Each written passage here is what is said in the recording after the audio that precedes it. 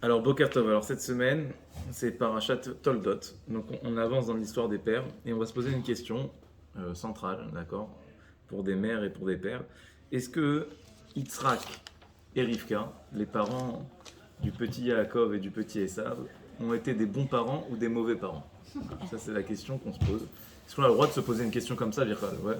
Ou non? C'est Avot Akdoshim, ils sont exempts de toute critique, remarque critique qu'on pourrait faire sur eux.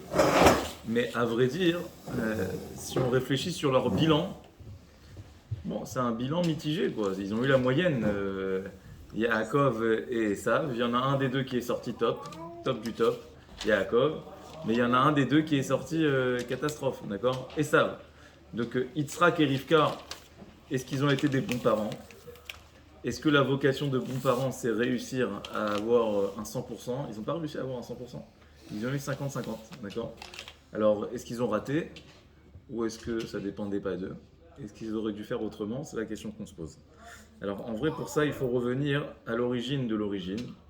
Et l'origine, j'appelle par là le moment où Rivka elle était enceinte. Alors, c'est écrit dans le début de la paracha. Ve'itrotsetsu abanim bekirba. Les... elle avait des fortes contractions, d'accord? Elle sentait du remue-ménage en elle, d'accord? C'était compliqué. Va Tomer, et elle a dit Imken lamazé anochi. Elle a dit cette phrase. Alors, si c'est pour ça, lamazé anochi. C'est une traduction. Pourquoi moi? D'accord? Donc, c'est pas qu'elle se posait des questions philosophiques, d'accord? Pourquoi moi? Pourquoi je suis là? Alors, le Midrash, il dit que Rivka est amechazeret al pitrem shel nashim. Elle allait voir les femmes qui avaient déjà fait l'expérience de la grossesse. Et elle leur disait, c'est comme ça la grossesse, c'est aussi dur que ça d'avoir des enfants, ça fait aussi mal que ça d'être enceinte. Et Imken, elle a dit, Utsar shel banim alvaï shelo yibarti. Elle a dit, je regrette d'être tombée enceinte. Si c'est ça, ça vaut pas la peine. D'accord? Ça, c'est l'explication du Midrash. Si je savais que c'était aussi dur, je n'aurais pas accepté. Le Ramban, il va plus loin. Et il dit, alvaï chez Hamout. D'accord? Elle lui a dit, j'aurais préféré mourir. C'est là que ça vient les crises de grossesse, d'accord? Ou Ramban, Alvaï Shahamut, d'accord? J'aurais préféré mourir, ouais, pourquoi tout ça? Donc je sais pas, c'était pas les hormones, mais il y avait quelque chose de profond en elle qui lui disait, je veux pas de tout ça. Alors, qu'est-ce qu'il lui a répondu? Qu'est-ce qu'on répond à Rivka? Alors va Téler, Lidrosh et Hachem, elle a été voir, Hachem, elle a été voir les grands rabbinim. Déjà, quel rapport? Ouais. Elle a des contractions, elle va voir les rabbinim, on n'a jamais vu que c'est comme ça que ça marche, d'accord? Va Téler, Lidrosh et Hachem, et donc elle a été consultée qui étaient les rabbinim de l'époque, Shem et Ever. Donc il y avait deux rabbinim, Shem et Ever, c'est intéressant de remarquer le nom de ces rabbinim, d'accord? Shem, qui veut dire le nom, et Ever, qui veut dire se dépasser. Alors en vrai, ce qu'on nous explique, c'est que la Torah, elle n'existait même pas à cette époque-là. C'est-à-dire quoi, étudier la Torah? Elle a été voir les rabbinim qui étudiaient la Torah. Quelle Torah? Elle n'a pas été encore donnée. Et nos sages expliquaient que non, que le principe même de la Torah, c'est apprendre à te dépasser. Et apprendre à te dépasser, c'est quoi? C'est premièrement apprendre à te connaître, Shem, apprends à te connaître, savoir qui tu es, quel est ton nom, quelle est ton essence, Ever, et après dépasse-le. C'est ça la Torah. La Torah, après, elle a été formalisée, d'accord, avec le code qu'on a aujourd'hui. Mais la Torah, dans son essence, c'est un livre qui nous apprend à sortir de notre zone de confort pour essayer de percer l'essence toujours un peu plus profond de notre être. Donc on va Shem, Ve'ever, Shem, Ve'ever. On se dépasse, on se dépasse, on se dépasse. Donc ça, c'était les 2 maîtres de Rivka. Et donc elle a voulu comprendre précisément qu'est-ce qu'il y avait en elle, Bekirba, d'accord? C'est les mêmes lettres, Bekirba et Rivka, d'accord? Elle a voulu comprendre la profondeur de son être. Kirba, ça veut dire à l'intérieur d'elle. Et alors là, la réponse, elle a été Shene Goim Bevitner. On lui a dit, sache que tu n'as pas un enfant, tu as 2 enfants. D'accord? Donc c'était l'échographie de l'époque. Ok? Ils n'avaient pas, pas de quoi faire l'échographie. Ok? Donc on allait chez les rabbinim et ils lui ont dit, tu as des jumeaux. D'accord? Mazal tov. Ok? Elle ne savait pas que c'était des jumeaux. Alors ils lui ont appris que c'était des jumeaux. Chez Negoim Bevitner, ou Mehaïr Iparedou, ou l'homme Yematz, ils lui ont dit, sache que ces 2 enfants vont donner naissance à 2 nations. 2 grands peuples vont sortir d'eux et ils vont se faire la guerre, Vera via Avot Saïr. Et lorsque l'un va être victorieux, va être fort, va être vainqueur, alors l'autre tombera, et ainsi de suite. C'est-à-dire que les Chachamim, ils ont expliqué à Rivka qu'elle avait deux enfants qui allaient s'affronter, qui allaient se faire la guerre, toute leur vie. Ok. Quand l'un est au top, l'autre il est en bas, et lorsque l'autre il est au top, l'autre il est en bas. Ça ne peut pas exister, la Gemara dit, que le peuple juif, Am Israël, et les descendants de Esav, qui sont l'empire de l'Occident aujourd'hui, Édom, soient les deux au top. Il y en a toujours un qui doit être celui qui va assiéger, qui va oppresser l'autre. D'accord? C'est toujours comme ça. Il y a un équilibre qui se fait entre Esav et Yaakov. Il y en a toujours un qui doit prendre le dessus. Et là, quelle est la réaction de Rivka? Alors Rivka, elle nous dirait que elle a l'air de s'être calmée, d'accord? Elle a dit ah bon ok, très bien. Alors on ne comprend pas. Quelle était sa question et quelle était sa réponse? Elle avait mal au ventre, elle avait des contractions. Elle va voir les rabbins. Déjà on ne comprend pas quel rapport à voir les rabbinim, d'accord? Ils lui disent t'as des jumeaux et ils vont se faire la guerre et là elle ressort tranquille. Quel rapport? C'est quoi la question et c'est quoi la réponse? Le texte, il est pas très clair. Alors il y a une explication du Tifer et Yonatan qui dit la chose suivante, qui dit que Rivka en fait elle avait une problématique, c'est que vous connaissez tous le Midrash, elle voyait, c'était pas simplement des contractions, c'était pas ça qui la chagrinait, c'était que elle passait devant le Beth Knesset et elle voyait que ça poussait, elle passait devant l'église, d'accord, devant le Beth Avodazara, devant les idoles, et elle voyait qu'il y avait des contractions. Donc elle disait, il est bizarre, l'enfant que j'ai il est schizophrène, d'accord, il veut ça ou il veut ça, ouais. Il est religieux ou il n'est pas religieux. Il veut la Avodazara ou il veut le Beth Knesset. Elle ne comprenait pas. Donc elle était perturbée. Okay, c'était ces contractions-là qui la perturbaient. Parce qu'elle n'arrivait pas à comprendre ce qu'elle avait au fond d'elle. D'accord.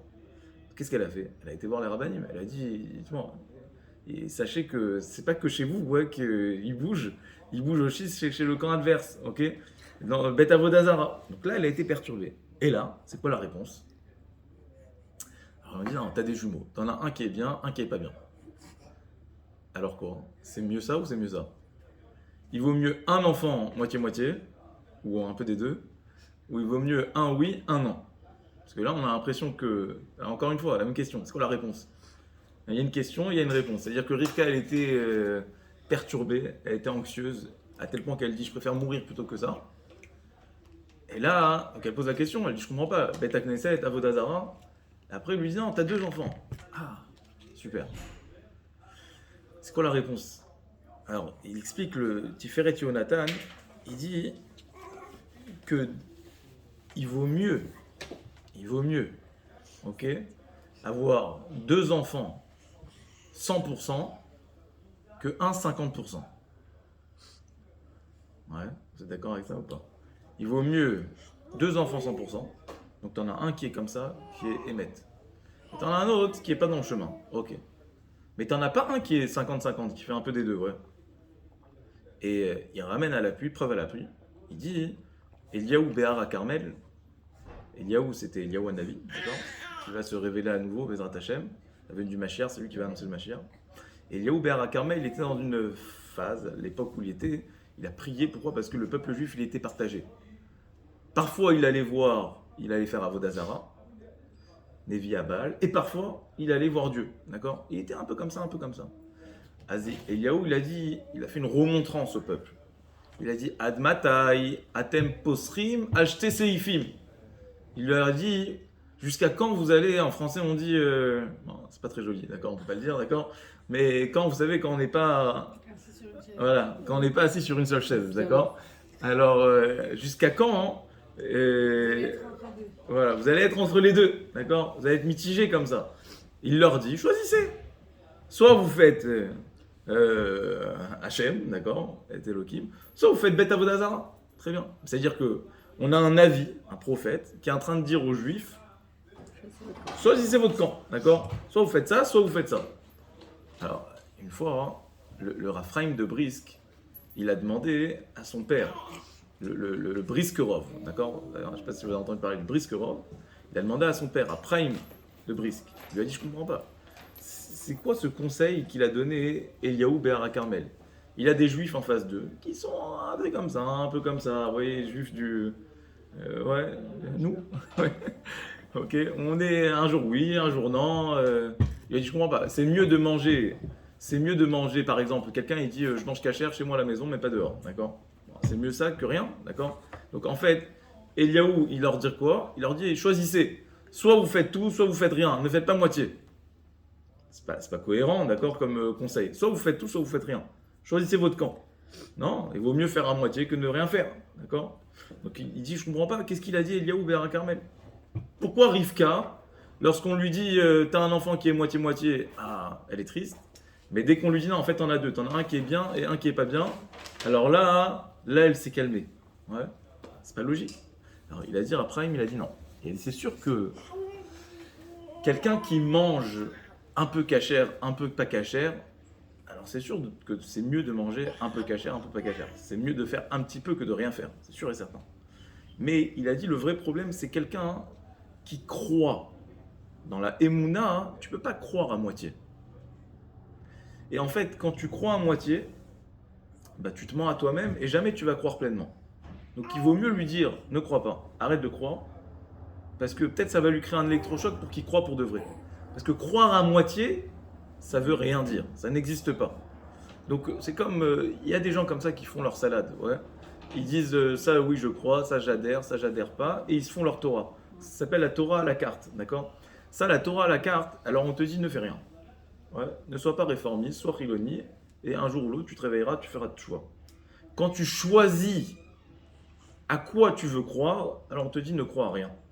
Ne crois à rien, arrête de croire. Tu ne peux pas choisir à quoi tu crois. La Emouna, tu la prends en bloc. Donc c'est pour ça qu'elle, elle disait, je comprends pas. Avodazara et Beth Midrash, ça veut dire qu'il va être quoi celui-là? En fait, il va réinventer une religion. On ne parle pas ici des actions que tu fais. On ne parle pas des mitzvot que tu fais. Dans les mitzvot, chacun avec son niveau de pratique. Et ça, bien évidemment, qu'il vaut mieux faire peu que rien faire. Et plus que ça. Quand tu veux trop faire, tu fais plus rien. D'accord? Donc, mais où est-ce qu'il faut être extrémiste? Il faut être extrémiste dans ses convictions. Dans ses actions, on a le droit d'être mitigé. Mais dans ses convictions, dans ses croyances, on est absolu. On est extrémiste. On croit à fond. Celui qui ne croit pas jusqu'au bout, qui enlève une lettre de la Torah, le Sefer Torah, il n'est pas soumis. Tu peux pas. Tu peux pas décider de ce que tu veux. Et voilà un petit peu l'échange qui introduit notre paracha. Donc, est-ce que Rivka, elle savait qu'elle avait des jumeaux? Elle savait ou elle savait pas? Elle savait. Elle a posé la question, elle a une réponse. On continue le texte. Et voici que elle arrive à son terme. D'accord? Elle arrive à son terme. Et là, qu'est-ce qu'il dit le texte? Veine tomim bevitna. Comment on dit des jumeaux en hébreu? Théomim. D'accord?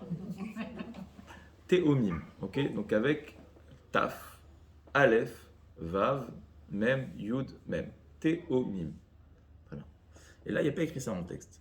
Il y a écrit Vaimleu yame ala ledet. Elle arrive à son terme. Veine, c'est-à-dire quoi veine en hébreu? C'est-à-dire et voici. Et voici, ça annonce une stupéfaction. Oh, incroyable, c'est des jumeaux. Ouais. Veine, le texte il dit pourquoi veine? Alors comme si il y avait une stupéfaction. C'est quoi la stupéfaction?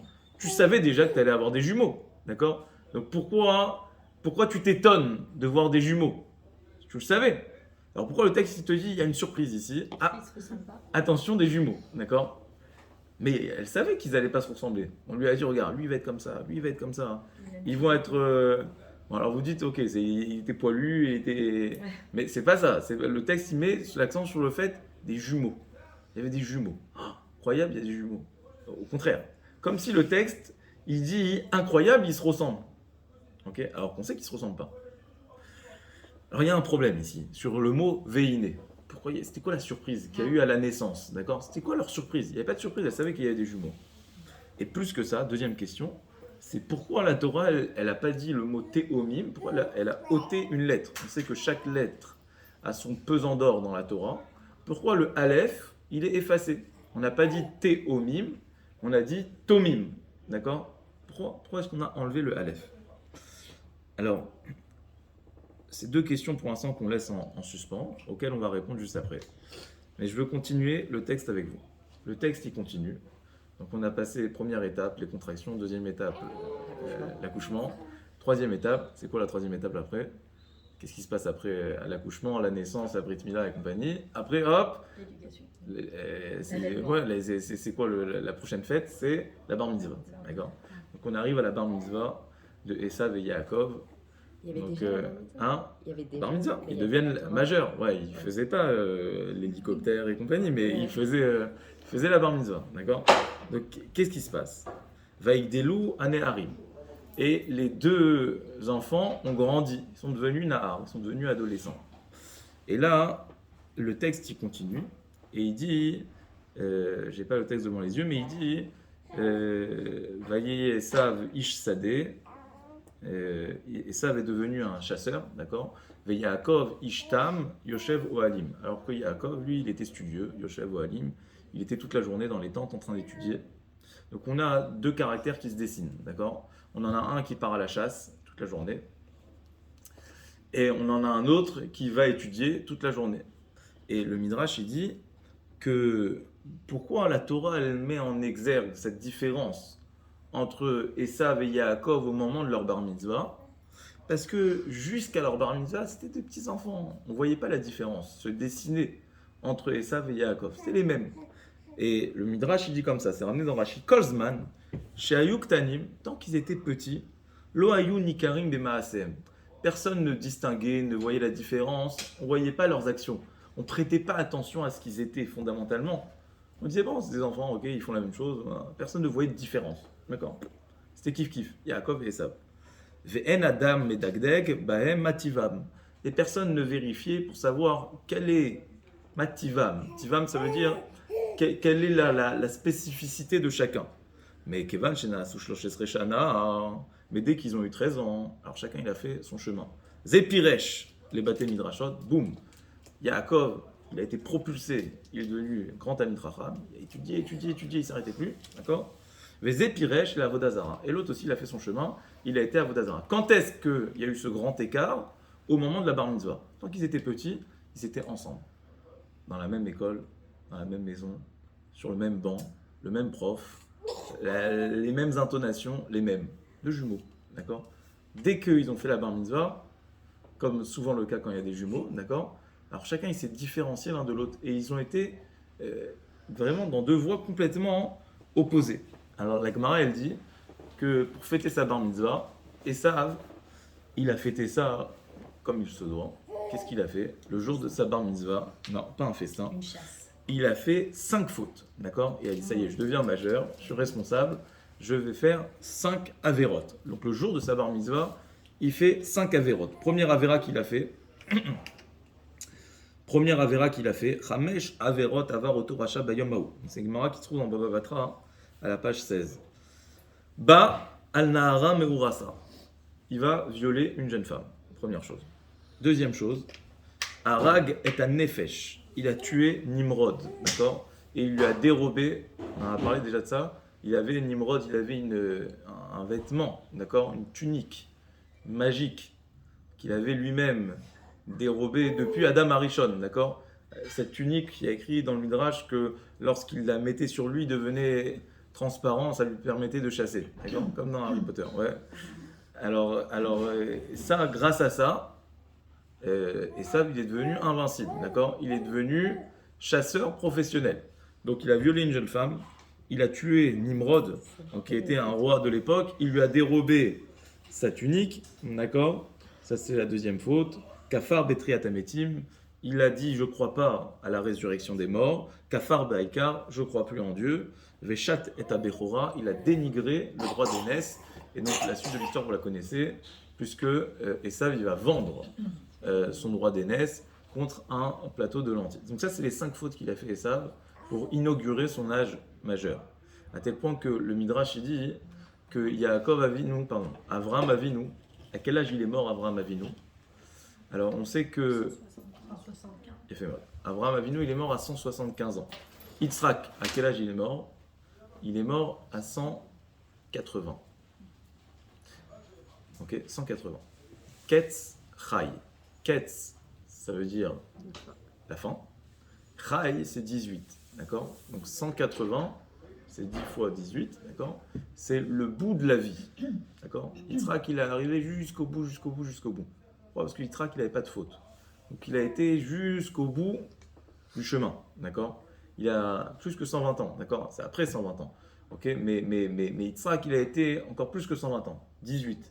D'ailleurs, 18, c'est la vie, d'accord? Donc le maximum de la vie, c'est 180. Alors pourquoi Abraham, il était moins que Yitzhak? Pourquoi est-ce qu'Abraham, on lui a enlevé 5 ans? Yaakov, il est mort à quel âge, Yaakov? Juste pour finir le tableau. Yaakov, il est mort à 147 ans. Donc Yaakov, c'est beaucoup plus. On lui a enlevé 33 ans. Pourquoi on lui a enlevé 33 ans à Yaakov? On en a déjà parlé ici, je pense, les années précédentes. Parce que Yaakov, lorsque Paro lui a dit ça va, tu vas bien, ta vie elle a été sympathique, alors il a dit non, mais ad veraim mayu yeme avadecha. Il a dit ah, ma vie c'était une série de complications, toute la journée des épreuves, les enfants ils m'ont fatigué, et j'ai été éprouvé avec mon beau-père, et voilà, tout ça. Il lui a comme ça déballé toute sa vie. Combien de mots il a prononcé? 33. On lui a dit ah, tu t'es plaint. Avec 33 mots, on t'enlève 33 ans. D'accord? Alors calculez avant de. Il ne faut pas se plaindre. Ah, faut pas se plaindre, d'accord? Mais Abraham, qu'est-ce qu'il a fait? Abraham, il n'a rien fait. Alors pourquoi Abraham, on lui a enlevé 5 ans? Alors il dit le Midrash, c'est la même Gemara qui se trouve dans le Vatra. La Gemara, elle dit Oto Ayom Niftar.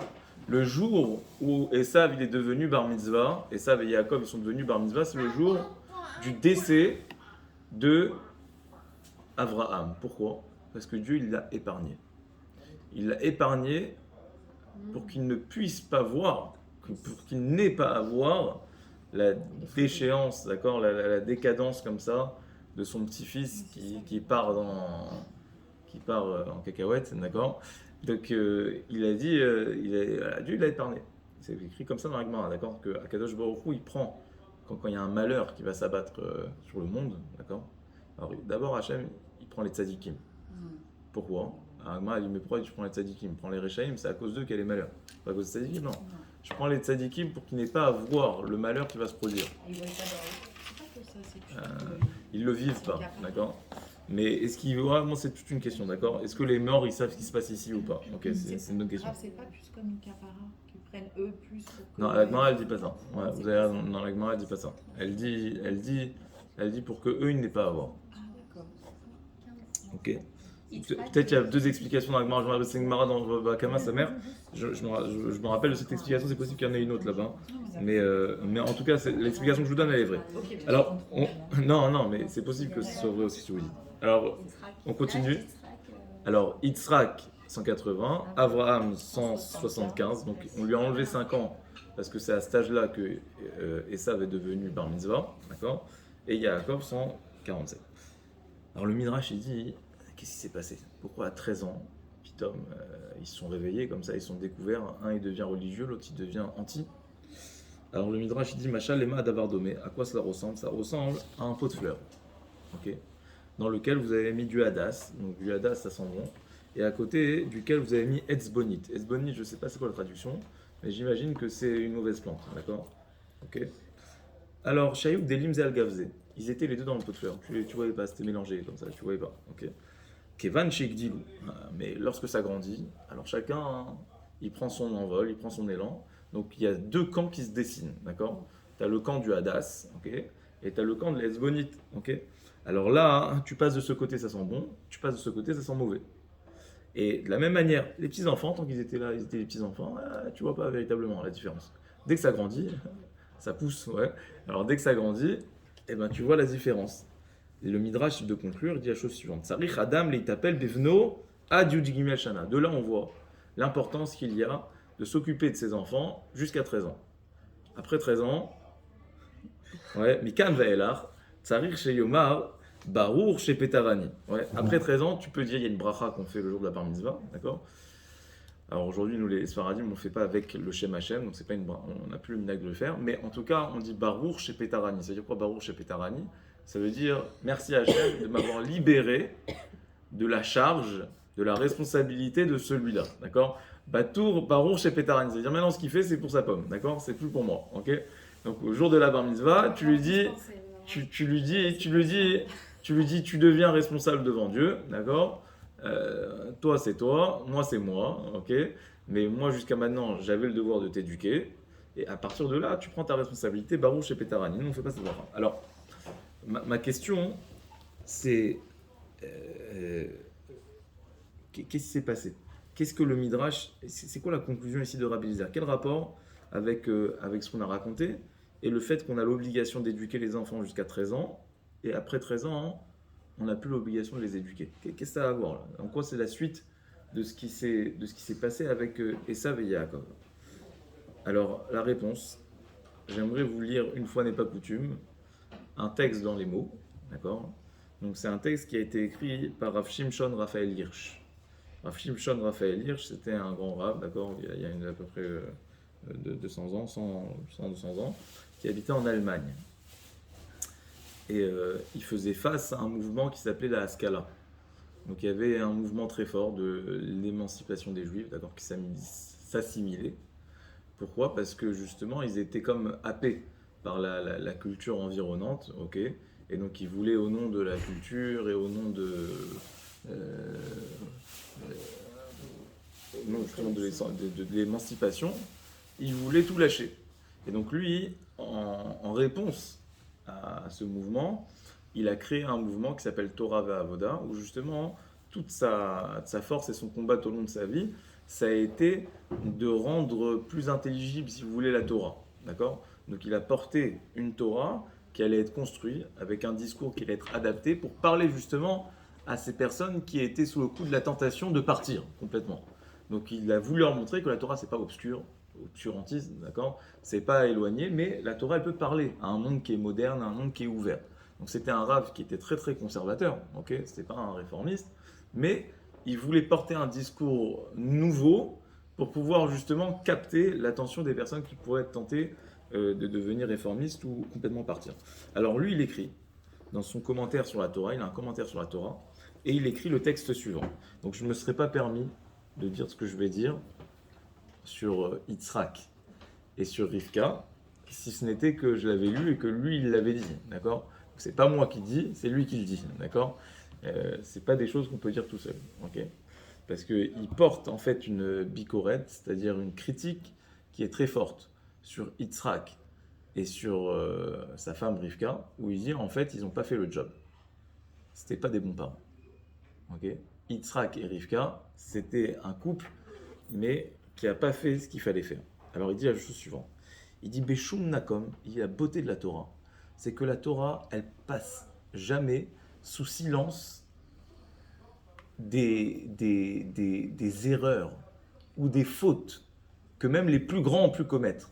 Jamais la Torah, elle va passer sous silence. Elle le dit. Quand quelqu'un il a fait une faute, il a fait une erreur, elle le dit. Pourquoi? Parce que la Torah, c'est pas une Torah qui s'adresse à des anges. On est tous des hommes. Ve'en tzadik ba'aretz asher lo yecheta. Ça n'existe pas un homme sur terre qui vient ici et qui ne faute pas. Même les plus grands, ils fautent. Chacun avec ses fautes, chacun avec son niveau de faute. Mais on est tous là pour fauter. Il n'y a que 4 personnes qui n'ont pas fauté. D'accord? On dit au passage pour Binyamin, un des 12 tribus. Non, Amram, le père de Moshe Rabbeinu, Kilhav, le fils de David, et Ishaï, le père de David. D'accord? Donc David était bien entouré. David, il a fauté. On n'a pas le droit de dire qu'il a fauté, mais, parce qu'on ne comprend pas sa faute. Mais en tout cas, ce qui est sûr, c'est que... non, voilà. Okay? Donc ça, c'est pour les personnes qui... Donc tout le monde est là, tout le monde a fauté, il n'y a pas de problème. Donc il dit, ici aussi, on est forcé de constater que Yitzhak et Rivka, Yesh Ehara, Afkan Ehara Achat, Shelahem Meramezet Lav, qui a nigoud à Amok chez Ben Nerde Avraham, Mekoro Aikari Aya. Il dit, qu'est-ce qui s'est passé avec Yaakov et Esav? Il dit, le problème, c'était pas un problème essentiel simplement. C'était pas un problème de nature où Esav et Yaakov, ils étaient différents. Et la gamme Bechinucha Malakoui. Mais il y avait un manque dans leur éducation. Pourquoi? Kolod Ayuktanim, tant qu'ils étaient petits, Lo Samulev Leavdelen Nitiotem. Ils ont voulu mettre sous le tapis. Ils n'ont pas voulu regarder qu'ils étaient différents. Torah Achat. Ils les ont éduqués, Torah Achat, la même Torah. Chinuch Echad, même éducation. Et Nikul Eshnem. Veshachu Klal Gadol Bachino. Et ils ont oublié un grand principe dans l'éducation. Chanor Lanar Alpidarko. Gam ki yaskin lo yasur mimenu. Il faut éduquer chaque enfant en fonction de ce qu'il est, en fonction de sa nature. Alpid Darko. Va avec lui, va dans son sens. Apprends à le connaître et fais grandir son potentiel. Gam ki yaskin lo yasur mimena. Et tu verras que même lorsque Yaskin, il va vieillir, lo yasur mimena. Il ne s'éloignera jamais de ce que tu lui as appris. Il dit le Gaon de Vilna, le rôle d'un parent, c'est déjà de connaître son enfant, d'accord? De l'analyser, de comprendre quelle est sa mida. On parlait il y a 2-3 semaines, on a 3 modèles, d'accord? Chesed, Din, Emet. Alors, il faut déjà savoir ça, se poser la question. Lui, les Chesed, Din, Emet, c'est des clés. Et après, parce que ça, c'est les racines, en fait, si vous voulez, d'accord? C'est les 3 grandes racines. Il faut déjà savoir ça. Et en fonction de ça, tu peux créer, d'accord, une éducation qui va être adaptée à l'enfant. Mais la première chose, c'est de réfléchir. Pourquoi? Parce que si tu veux lui imposer un modèle qui ne lui convient pas, alors c'est un boomerang, d'accord? C'est-à-dire qu'aujourd'hui, il fait comme ça parce qu'il a peur de toi. Demain, il ne t'écoutera plus, d'accord? Et donc, il sortira du chemin. Alors, il dit le problème, c'est que Yitzhak et Rivka, ils ont fait la même chose pour Esav et Yaakov. Ok? Chanor la narratia car lokanaya vaïdelu aneharim. Lorsqu'ils ont grandi, vaïdelu, lorsqu'ils sont devenus bar mitzvah. Donc à l'époque, dès qu'ils étaient bar mitzvah, c'est l'âge majeur, d'accord? Mais aujourd'hui aussi, je pense que c'est vrai, d'accord? À la bar mitzvah, il se passe quelque chose. On commence à s'affirmer. Rak mishegadlu aneharim vayulik varim. C'est seulement lorsqu'ils ont grandi. Uftewa kol lirot. Tout le monde a été surpris. Qu'est-ce qui se passe là avec le petit Esav? T'as vu petit Esav Cohen, ouais, je sais pas comment il s'appelait, d'accord? Mais en tout cas, regarde, c'est une bonne famille, ouais. Yaakov, regarde son fils. Yitzhak, regarde son fils, qu'est-ce qui se passe avec lui? Ouais. Il part faire Avodazara, il part à la chasse. Ouais. Kol ele. Asher mirechem echad yatsu, comment c'est possible? Même enfant, même éducation, même truc, même parents. Ouais, c'est sûr que le problème, il est. Qu'est-ce que tu fais donc? Toi, tu accuses l'enfant directement, d'accord? La première réaction, c'est de dire ah, ça, c'est un rachat pour lui. Non. Et là, il dit Rav Shimshon Raphaël Hirsch, le problème, il est nécessairement chez les parents. C'était des mauvais éducateurs. Amoshiv, et c'est cette phrase que je voulais vous dire Amoshiv et Yaakov et Esav al-Safsal limoudim echad, celui qui met Yaakov et Esav sur le même banc d'études, ouais, ou beotam ergele achaim, tout en sachant qu'ils sont différents. Tu les mets dans la même structure. Tu leur parles de la même manière. Mechaner otam ke'echad lechaye limud ou marshava muftachlo. Il a l'assurance, il est sûr. Il y a une promesse, d'accord? She'et ha'echad même ou ekalkel, que un des deux il les détruit, d'accord? C'est-à-dire si tu sais que les deux ils sont différents et que tu les éduques de la même manière, alors tu es sûr qu'il y en a un sur deux que tu détruis, c'est sûr, d'accord? C'est deux choses l'une, ok? Yaakov, Ishav Mayanachor. Mais ça s'est passé. Yaakov, il a grandi, Veilou et Savra qui s'appelle Yom. Alors que Esav, il était un petit enfant. Il était au Talmud Torah, comme ça, ok. Mais il attendait juste le moment, ok, dans sa tête, comme ça. Il attendait juste le moment, Rakiet s'appelle Yom, beau. Il attendait le moment, Yashlir Ma'achore Gabo et Asfarim Ayeshenim. Quand est-ce qu'il va pouvoir prendre les vieux livres, il dit, ouais. Et il va pouvoir les jeter, ouais, ok. Donc ça veut dire, ils étaient les deux dans la même école. Il y en avait un il dévorait les livres, ok. Et il y en avait un autre, il lisait, ok. Donc de l'extérieur, c'était les mêmes, ok. Copie conforme, deux petits jumeaux, magnifiques. Mais au fond de lui, il y en avait un qui nourrissait en lui l'envie de prendre ses livres et de les jeter à la poubelle, ouais. Veyachad et Teoda Machagidwash et Kira Kotav Derer, Sheme Etzem Tavu ou Solet Ba, ok. Ça, c'est l'explication de Rav Shimshon Raphaël Hirsch. Et il explique, d'après ça, on peut relire le texte. On peut relire le texte à la lumière de ces enseignements. C'est que, en réalité, qu'est-ce qu'on a dit? On a dit que quand ils étaient petits, on a été stupéfaits. Veine tomim bevitna. On a dit, tout le monde était stupéfait. On savait déjà que c'était des jumeaux. Réponse, il dit Rav Shimshon Raphaël Hirsch. Il dit, en réalité, ils ont été stupéfaits. Pourquoi? Parce qu'on lui avait annoncé, arrive tu vas avoir des jumeaux, ils vont être différents. Ils ont dit, mais non, regarde, ça va, ils sont pas différents. Ils ont dit, mais Iné, regarde, c'est les mêmes. C'est vrai qu'il y en a un qui est poilu, l'autre qui est moins poilu, ils se ressemblent pas vraiment et tout ça, mais en vrai, regarde, c'est kiff-kiff, c'est les mêmes. Il n'y en a pas un qui sera... En fait, ils ont refusé de voir et de constater quelque chose qui s'imposait comme une évidence. Ils ont refusé de voir que Esav et Yaakov, ils étaient différents. Et donc, ils leur ont donné la même éducation. Et c'est pour ça qu'il dit que le mot théomim, il est écrit en notant le Aleph. Le Aleph, ça veut dire quoi? C'est Echad, c'est l'unicité. Et donc en fait, quand vous enlevez la lettre Aleph du mot Théomim, ça donne Tamim. Tamim, ça veut dire complet. Comme si ils sont complètement pareils. Alors que Théomim, non. C'est deux enfants qui sont pareils, mais chacun il a un Aleph. Chacun il a sa spécificité. Et en vrai, le problème, c'est que Veine Tomim, eux ils ont dit, ah, c'est les mêmes. C'est les mêmes, d'accord? Alors dans des jumeaux, c'est encore plus dur. Mais nous, on fait cette erreur aussi avec des frères, d'accord? On les éduque de la même manière, on se pose pas la question de savoir lui comment il est, lui comment il est, on fait copier-coller, hop, et on continue, d'accord? Mais dans des enfants, c'est sûr que chacun il a son Aleph, d'accord? Chacun il a sa spécificité. Alors après, est-ce que ça veut dire qu'à chacun je vais choisir son école et on n'en finit plus, d'accord? C'est pas ça qu'on veut dire. Mais ce qu'on veut dire, c'est qu'on doit nous creuser. Le rôle d'un parent, c'est creuser et savoir quelle est sa spécificité. Et après, nous l'accompagner dedans, d'accord? C'est ça un père. Un père, une mère, c'est quelqu'un qui va accompagner son enfant vers sa propre bracha, vers son propre aleph. Donc toi, tu dois le détecter, d'accord? Parce que lui, quand il est petit, il a du mal à le détecter. Toi, tu dois voir vers quoi il a des facilités, vers quoi il a tendance à aller, pour le mettre sur ce chemin et ne surtout pas faire l'erreur de lisser et de faire une éducation en gros, d'accord? On éduque en gros. Et ça, c'est le problème, si on peut dire comme ça, d'accord? De Yitzhak et de Rivka. Donc c'est pour ça qu'il y a eu les Netomim Bevitna. Et donc c'était ça la stupéfaction. La stupéfaction, c'est que ils ont dit finalement ils sont pas différents. Et après ils ont été stupéfaits à nouveau. Ouais. Lorsqu'ils ont grandi et qu'ils ont vu qu'ils étaient différents, ils ont dit ah, c'est un massacre, c'est une catastrophe. Mais là c'était trop tard. C'est pour ça que le Midrash le conclut. Hein. Sache que ton enfant tu l'éduques jusqu'à 13 ans. Après 13 ans, c'est du rattrapage, d'accord? Mais jusqu'à 13 ans, c'est à toi de voir qui il est. Ok? Bon. Quel est l'exemple de l'homme qui a su éduquer ses enfants? À part vous. Yaakov. Yaakov. Yaakov, et c'était pas un petit joueur, Yaakov, ouais. Il n'en a pas eu 2, il en a eu 12. Et lui, il a fait carton plein, d'accord? 100%. 100% de réussite. Ouais. Les 12 tribus, ils sont tous sortis nickel. Ok? Alors, c'était quoi le secret de Yaakov? C'était quoi le secret de Yaakov? Hein? Yaakov, il a tout. Par la fille, il a eu des petits problèmes parce que les filles, c'est plus compliqué, mais les garçons, il a eu du 100% de réussite, d'accord? Alors, comment il a fait? C'est quoi la différence entre Yaakov, Avram et Yitzhak? Ouais.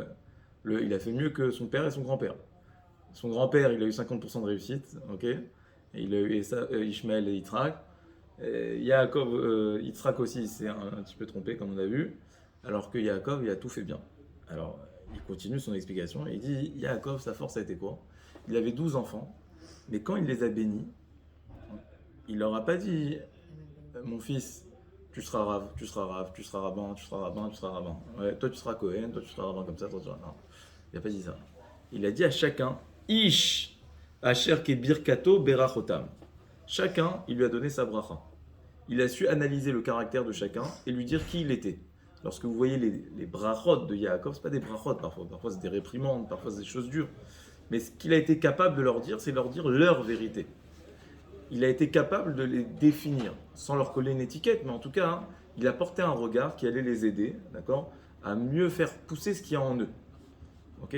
Et c'est en cela qu'il a joué son rôle de père. Et c'est en cela que Yaakov, il a fait grandir le Ham Israël, le peuple juif. Pourquoi? Parce qu'il a réussi à donner à chacun sa bracha. Il a dit, toi tu seras un agriculteur, toi tu seras un businessman, toi tu seras un Talmid Chacham, toi tu seras... Chacun il l'a défini, chacun il l'a associé à un animal. Pourquoi? Pour lui faire comprendre son trait de caractère, sa force, sa puissance et ses faiblesses. En général, ça va ensemble. Mais il en avait 12. On dit c'est comme les 12 couleurs. D'accord? Il y a 12 dégradés dans les couleurs de l'arc-en-ciel. D'accord? Chacun il lui a donné une couleur, une connotation. D'accord? Et il a réussi, dans cette diversité, à créer justement une vraie fratrie. Et c'est grâce à ça qu'il a été l'homme de vérité. Qu'est-ce qui fait que Yaakov, il a été plus fort que Yitzhak? À quel moment va-t-on dire? Ça va encore 5 minutes. Hein? Ouais. Alors, qu'est-ce qui fait que Yaakov, il a été plus fort que Yitzhak et que Abraham? Alors là, je reviens à ce qu'on a dit la semaine dernière. Et la semaine dernière, on a parlé du Mabat à Emet, d'avoir un regard authentique, de vérité. Et on a dit, c'est quoi un regard de vérité? Un regard de vérité, c'est un regard dénué de toute subjectivité. D'accord? C'est-à-dire que j'arrive à avoir un regard qui est réel. Okay? J'arrive à voir les choses de manière complète. Émettre, on a dit, c'est la première, la dernière, l'aide du milieu. Pourquoi? Parce que tu arrives à avoir un regard où tu comprends tout. Tu comprends ce qui ne te ressemble pas aussi. Tu arrives à comprendre, à concevoir même ce qui ne te ressemble pas. Et si on doit donner une différence entre Abraham, Yitzhak d'un côté et Yaakov, alors on le sait, on l'a déjà dit plusieurs fois que Abraham c'était le chesed, c'est la bonté. Yitzhak c'était l'inverse, c'était la rigueur. Et Yaakov, celui qui a fait la synthèse des deux, c'était le Hémet. Et il était justement entre le din de son père et entre le chesed de son grand-père. Mais ce qui a permis la réussite de Yaakov, c'est que justement dans son regard, il n'était pas partial. Il arrivait à concevoir que ses enfants ne soient pas comme lui. Il arrivait à le voir, il arrivait à concevoir. C'est ça la mida du Hémet. La mida du Hémet, c'est quoi? C'est j'arrive à voir toutes les éventualités. Il y a des personnes qui voient que comme ce qu'ils sont. C'est tout ce qu'ils voient. Ils ne voient pas autre chose, ils n'arrivent pas à voir autre chose. Et quand tu es chesed ou din, bah, tu es forcément partial. Parce que tu vois selon le prisme de ce que tu es. Et quand tu te situes au milieu, c'est quoi le milieu justement? C'est réussir à être un peu comme ça et être un peu comme ça, donc comprendre un peu des deux. Ok? Donc ça, c'était Yaakov. Yaakov, pourquoi il a réussi? Parce que Abraham, il avait une éducation à sens unique. Yitzhak aussi, une éducation à sens unique. Alors que Yaakov, il a su se positionner, prendre du recul pour accueillir même l'étranger qui allait rentrer chez lui. D'accord? Même si ses enfants ne le ressemblent pas, il arrive à le voir et à leur donner la bracha. Je finis peut-être avec ça. Il y a une mitzvah dans la Torah, il y en a plusieurs, mais il y a une mitzvah qui est une ségoula pour avoir des enfants. C'est quoi une mitzvah qui est une ségoula pour avoir des garçons en plus, ouais. Ouais, c'est quoi la ségoula? C'est quoi la ségoula? La ségoula, c'est Arnasat Ochim. C'est inviter des invités chez soi à la maison. Arnasat Ochim. D'où est-ce qu'on apprend ça? On apprend ça de Abraham. Abraham, il a invité les anges, et tout de suite après, qu'est-ce qu'il lui a annoncé les anges? Ta femme, elle va être enceinte. Ah, mais c'est pas possible, ça y est, c'est fini, on a passé l'âge. Non, c'est bon. On apprend ça de Isha Shunamit aussi. Elle a invité et elle a mérité d'avoir des anges. De là, on apprend en principe que tout celui qui fait rentrer chez soi des invités, il mérite d'avoir des enfants. Je me rappelle, on était à la Yeshiva, il y avait un couple qui n'avait pas d'enfants depuis une dizaine d'années. Tous les Shabbats, ils invitaient tous les barourim qui voulaient venir manger chez eux. C'était porte ouverte, tout le monde pouvait aller chez eux. C'était incroyable. Nous, on allait là-bas tous les vendredis soirs, d'accord? Et tout celui qui ne voulait pas manger à la Yeshiva, il allait chez eux. Et c'était Yadoua, d'accord? Et Baruch Hashem. Il y a plein de garçons. Non, je sais pas s'ils ont les enfants ou s'ils ont adopté, je ne me rappelle plus. Je sais pas, je veux pas dire de bêtises, mais en tout cas, c'est une ségoula, d'accord? C'est une ségoula comme ça. Pourquoi cette mitzvah, elle permet d'avoir des enfants? Il n'y a pas de formule magique dans la Torah, d'accord? Il y a toujours un sens. Ségoulotte, d'accord? Je sais qu'on aime les ségoulottes, mais les ségoulottes, il faut les penser. Il y a une raison derrière les ségoulottes, c'est pas comme ça, d'accord? Alors, il explique, le Rabbeinu Bechai, est la chose suivante. Il dit, en vrai, pour que Dieu il te donne des enfants, tu dois être à la hauteur de ces enfants. Être à la hauteur de ces enfants, c'est être capable de les éduquer. Et être capable d'éduquer un enfant, c'est quoi? C'est être capable de faire rentrer un étranger chez toi à la maison. Non, c'est être capable d'accueillir ce qu'il y a de différent en lui et de le faire rentrer chez toi à la maison. N'importe quelle religion?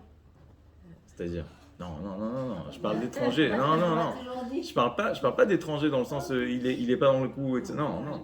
Je parle d'étranger dans le sens que d'étranger à toi dans ta nature, d'accord? Dans ta nature. Je parle de midot, d'accord? Je parle de midot. Et en vrai, en vrai, peut-être, si on prolonge l'explication de Rav Shimshon Raphaël Hirsch, peut-être que c'est ça qui a manqué à Esav, d'accord? Pourquoi Esav, il était destiné à être un rachat? Non, un casse d'abord, pas destiné à être un rachat. Il explique le Mirtav Meliaou que Esav, il avait la même mida que son père, Yitzhak. La mida de Yitzhak, c'est le din. C'est quoi le din? C'est la règle, la loi, la rigueur. Esav, il était comme ça. Et c'est pour ça que Yitzhak, il aimait Esav. Alors que Rivka, elle aimait Yaakov. Pourquoi? Parce que Rivka, elle avait la même nature que Yaakov. Donc elle se retrouve, elle dit, ah, il me ressemble, lui, ouais.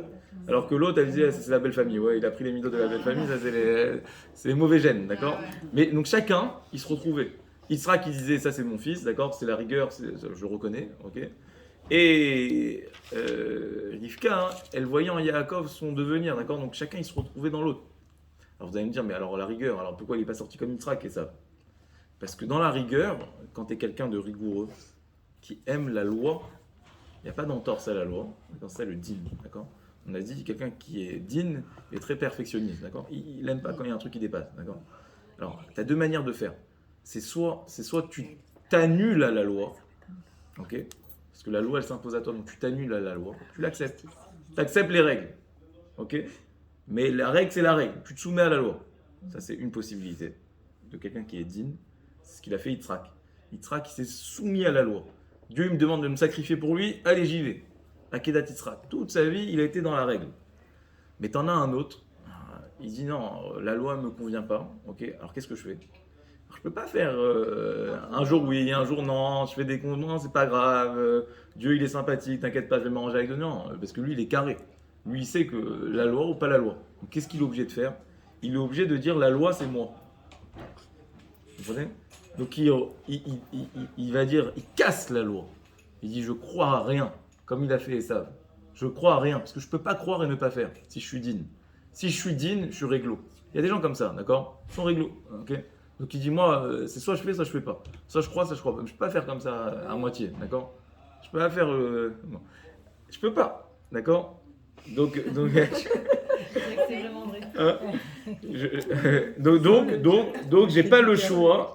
J'ai pas le choix que de dire je fais pas. Je fais pas parce que c'est moi la loi. C'est moi qui décide la loi. C'est pour ça que Esav, à 13 ans, il a pris ses responsabilités.